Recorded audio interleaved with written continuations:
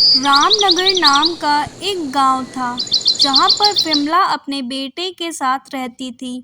विमला अपने बेटे को टिफिन देते हुए कहती है, राजू बेटा, पूरा टिफिन खा कर आना। तुम रोज ही खाना बचा कर घर ले आते हो, यह बहुत ही गलत बात है। राजू बोलता है, ठीक है मम्मी, मैं पूरा खाना खा लूँगा, लेकिन आप मुझे बदले में कुछ स्वादिष्ट बना के खिलाना। तभी थोड़ी देर में ही बूढ़ी दादी आती हैं हाथ में उबले हुए मटर लेकर और विमला को पुकारते हुए कहती हैं, अरे विमला बेटी, कहाँ हो? देखो मैं कुछ लाई हूँ तुम्हारे लिए। विमला को उबले हुए मटर देते हुए कहती हैं, बेटी तुम इससे चाट बनाना। विमला बोलती है, धन्यवाद दादी, मैं बनाकर आपको भी ज़रूर खिलाऊंगी।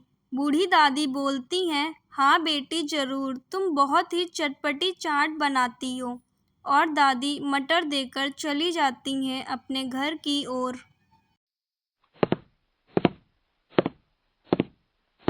तभी राजू भी स्कूल से वापस अपने घर की ओर दौड़ता हुआ आ जाता है। विमला ने अपने घर के बाहर बहुत ही अच्छी हरी हरी मिर्च लगा के रखी थी। वह थोड़ी सी मिर्च तोड़कर रसोई घर में ले जाती है और चटपटी सी रगड़ा चाट बनाने लगती है। वह उसमें इमली की चटनी और हाथ से कुटे हुए मसालों का प्रयोग करती है। थोड़ी ही देर में राजू आता है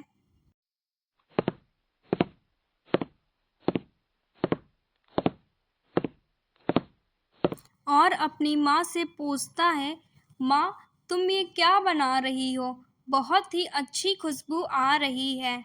तो उसकी माँ मुस्कुराती हुई बोलती है, बेटा दादी कुछ उबले हुए मटर दे गई थी, तो मैं उसी से तेरे लिए रगड़ा चाट बना रही हूँ। राजू यह सुनकर बहुत ही खुश हो जाता है और ताली बजाने लगता है।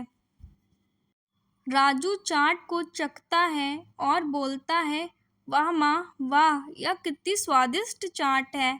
तुम यह रोज क्यों नहीं बनाती? तभी थोड़ी ही देर में हरिकंस चाचा आते हैं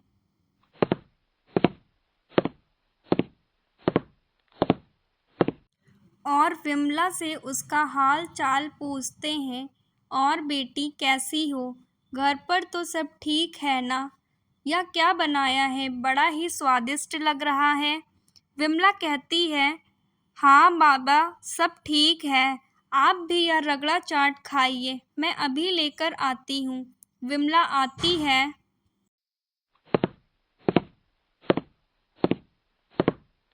और चाचा को भी चाट चखने के लिए देती है। चाचा भी बोलते हैं, वाह बेटी, यह तो बहुत ही स्वादिष्ट है। मसालों का बहुत ही अच्छे तरीके से प्रयोग किया है।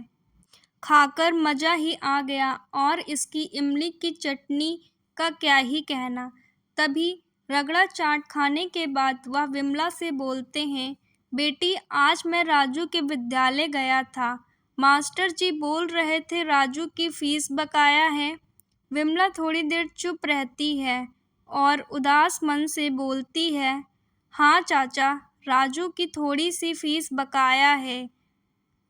अब थोड़े से ही पैसे बचे हैं, उनमें घर खर्च करूं या आने वाले समय के लिए बचाऊं या फिर राजू की फीस जमा करूं, कुछ समझ नहीं आता है। सोच रही हूं अपना कुछ काम खोलूं तो पैसे आते रहें। तभी राजू बोलता है, माँ तुम रगड़ा चाट ही बनाकर बेचो ना, यह सभी को बहुत ही पसंद आएगी, बहुत ही स्वादिष्ट बनाती हो। चाचा भी बोलते हैं, हाँ बेटी, तुम यह काम खोल सकती हो, राजू का सुझाव अच्छा है। अगले दिन विमला अपने घर के ही बाहर अपना रगड़ा चाट का ठेला लेकर आती है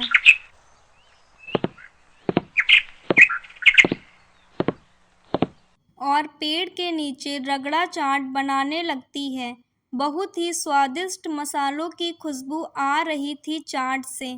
तभी थोड़ी देर में दादी खुशबू के कारण खिंची हुई चली आती हैं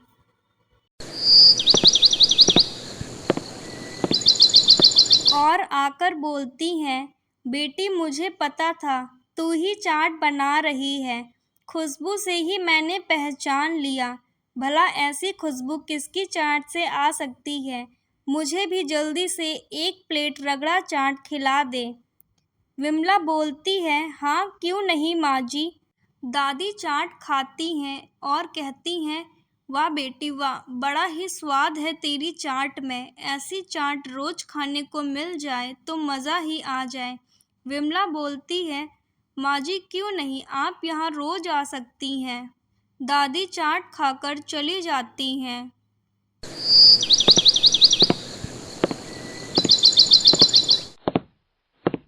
थोड़ी ही देर में गांव की 2 औरतें आती हैं जो विमला की सहेली थी और आकर बोलती हैं, अरे विमला, जल्दी से 2 प्लेट चाट लगा दे। कितने दिन हो गए हैं तेरे हाथ की चाट खाए हुए।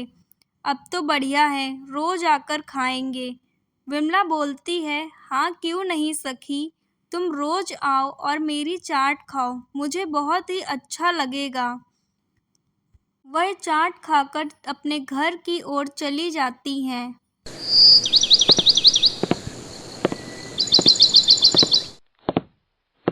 यह सब देखकर उसकी पड़ोसन कविता अंदर ही अंदर बहुत ही जल भुन रही थी। वह भी थोड़ी ही देर में आती है और विमला की ओर आते हुए कहती है, अरे विमला, कितने रुपए चाट दिए। सुना है तुम्हारी चाट बहुत ही स्वादिष्ट होती है। विमला बोलती है, दीदी सिर्फ 10 रुपए प्लेट।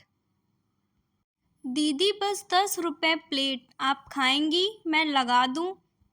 कविता बोलती है, क्या इतनी महंगी, और यह चाट तो मुझे कुछ खास भी नहीं दिख रही है।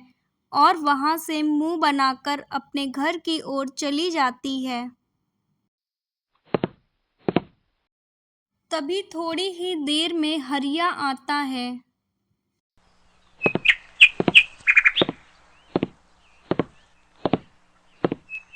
और आकर बोलता है, अरे विमला दीदी, मुझे एक ऑर्डर देना है। ऑर्डर थोड़ा बड़ा है, क्या तुम पूरा कर लोगी। विमला बोलती है, हाँ क्यों नहीं भैया, कितना बड़ा ऑर्डर है, मुझे बताइए। तो हरिया बोलता है, दीदी पूरे 500 प्लेट चाट बनानी है। मेरे दूर के रिश्तेदार की बेटी की शादी है, क्या तुम पूरा कर लोगी। विमला हाँ कर देती है और हरिया वहां से चला जाता है।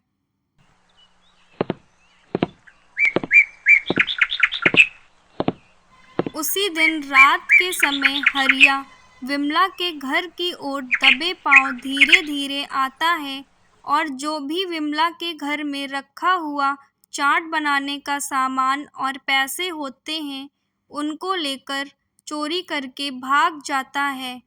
अगली सुबह राजू दौड़ता हुआ विमला के पास आता है। विमला उस समय सो रही थी और आकर अपनी माँ को बताता है, माँ कमरे से सारा सामान गायब है, ना पैसे हैं, ना चाट बनाने का सामान, सब कहाँ चला गया। विमला और राजू दौड़ते हुए सरपंच के घर जाते हैं। सरपंच जी और बूढ़ी दादी विमला के घर आते हैं और विमला उन्हें सारी बात बताते हुए कहती है, सरपंच जी, मैं कल बहुत सारा चाट बनाने का सामान लाई थी जो कि चोरी हो गया है। सरपंच जी कहते हैं, तुम्हें किसी पे शक है तो बताओ, मैं उसे अभी दंड दूंगा। कोई भी जो तुम्हारी नज़र में गुनहगार हो। तभी वहां पर चाचा आते हैं।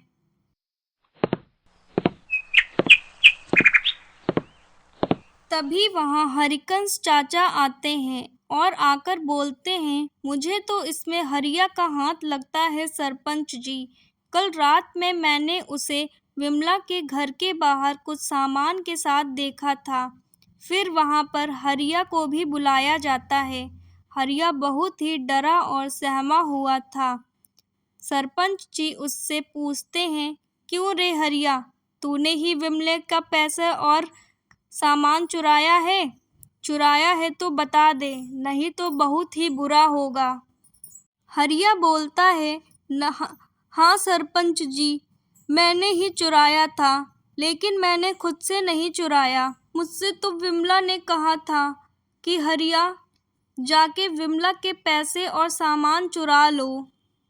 फिर वहाँ पर विमला को भी बुलाया जाता है। हरिया बोलता है, इसी ने सब कुछ करवाया है मुझसे सरपंच जी, मैंने कुछ नहीं किया। सरपंच जी विमला से भी पूछते हैं कि विमला, क्या यह सब तुमने किया है?